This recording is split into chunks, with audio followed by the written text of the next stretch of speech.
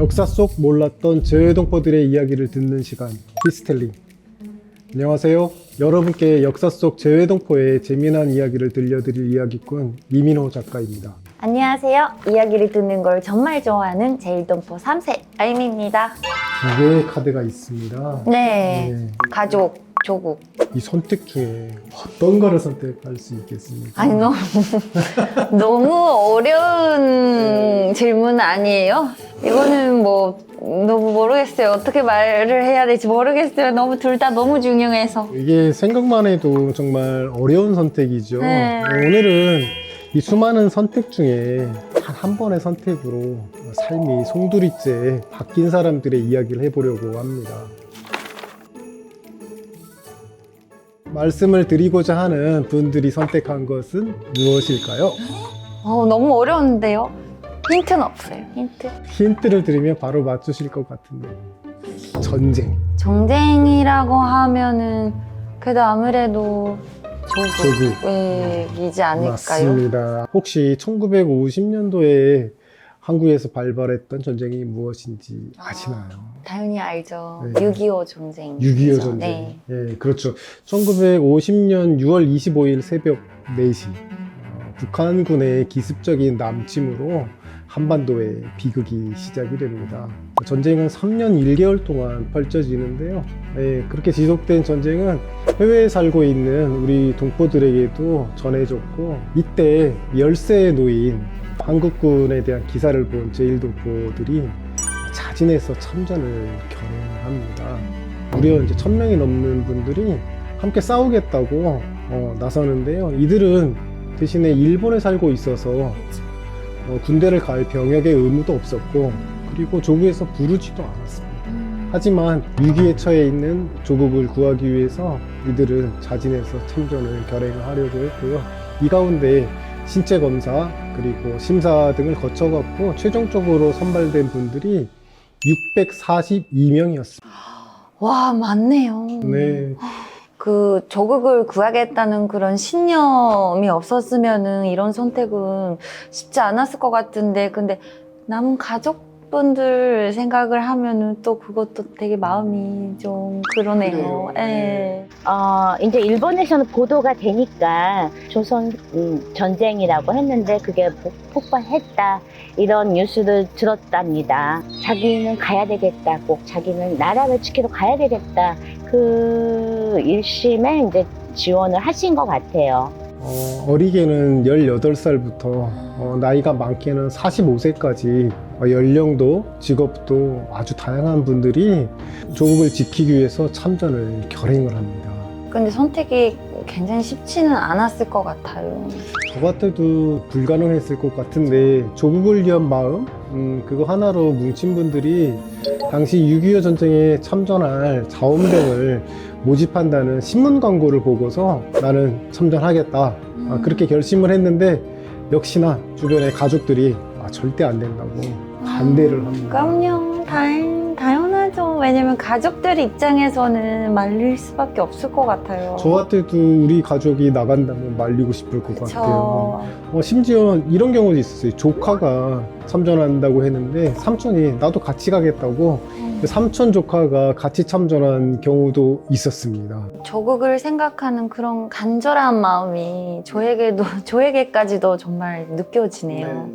결국에는 근데 이분들이 공통적인 명확한 신념이 있었어요. 일제시대 때 계속 일본에 계셨고요.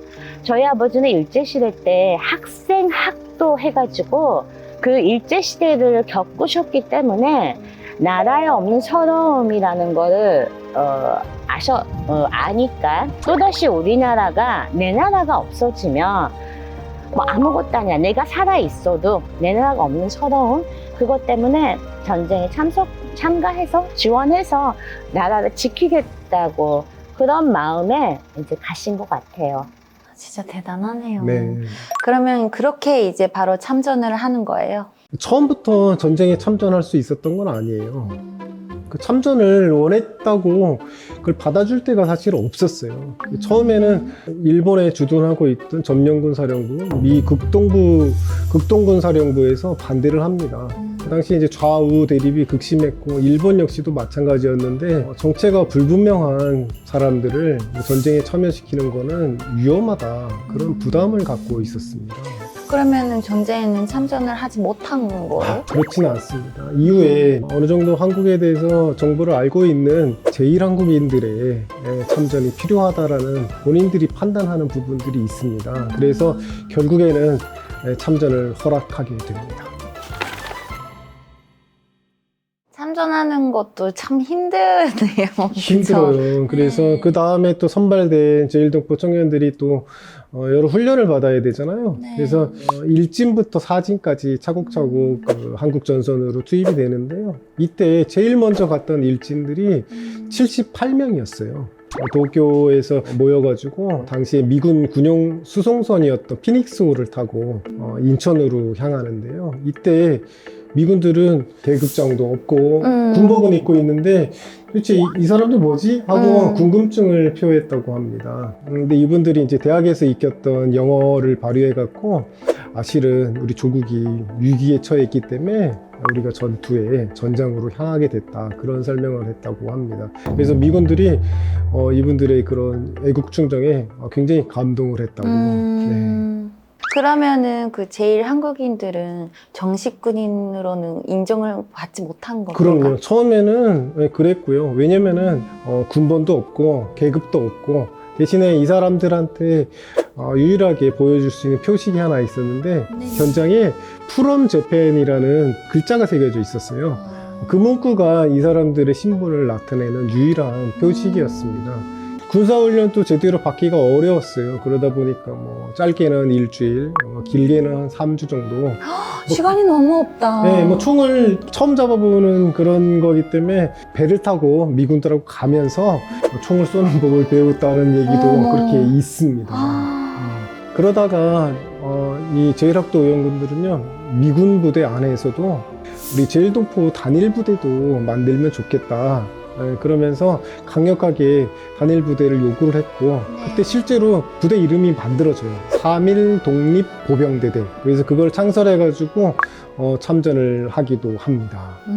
근데 환경 자체가 너무 척박했네요. 네, 근데 무사히 이제 한국으로는 갈 수 있었던 겁니까? 맞습니다. 한국에 처음에 진출했던 일진들이 상륙했던 데가 아까 인천이라고 했잖아요. 네. 학도 연구들은 아주 충격을 받았어요. 왜냐면은 허허벌판에 그리고 완전히 폐허가 된 조국 모습을 보면서 이 의원군들은 단단하게 각오를 다집니다. 근데 제1학도 의원군 제1진이 참전했던 전투가 어떤 건지 아시나요? 힌트를 하나 드릴게요. 네.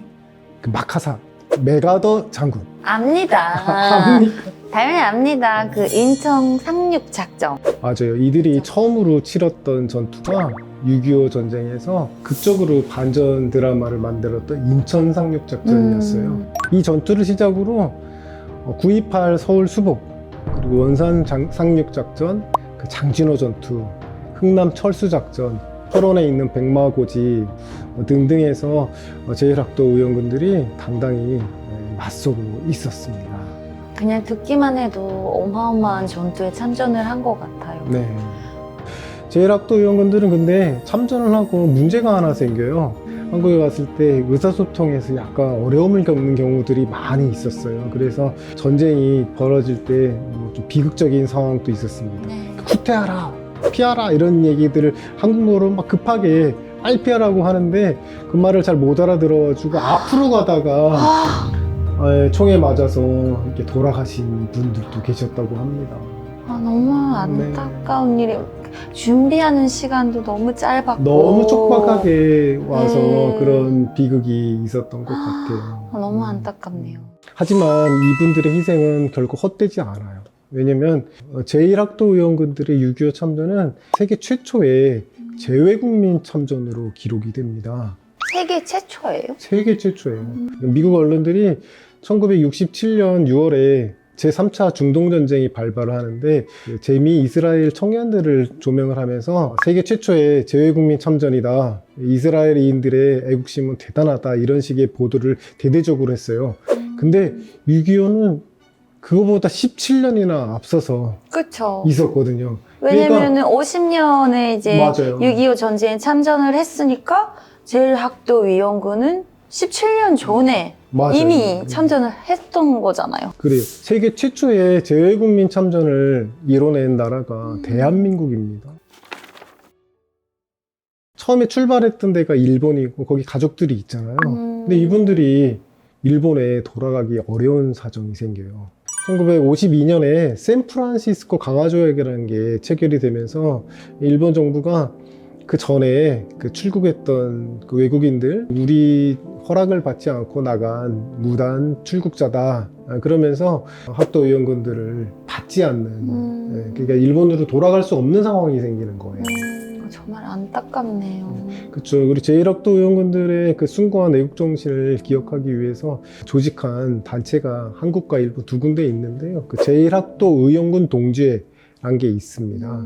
예, 우리 정부에서는 1968년부터 제1학도의원군을 그 국가유공자로 지정해서 어느 정도 보상을 하고 있고요. 그 참전의 높은 뜻을 기려서 642명의 참전자 중에서 살아있는 것이 확인된 분들 317명에게 방위포장의 수훈을 또 합니다.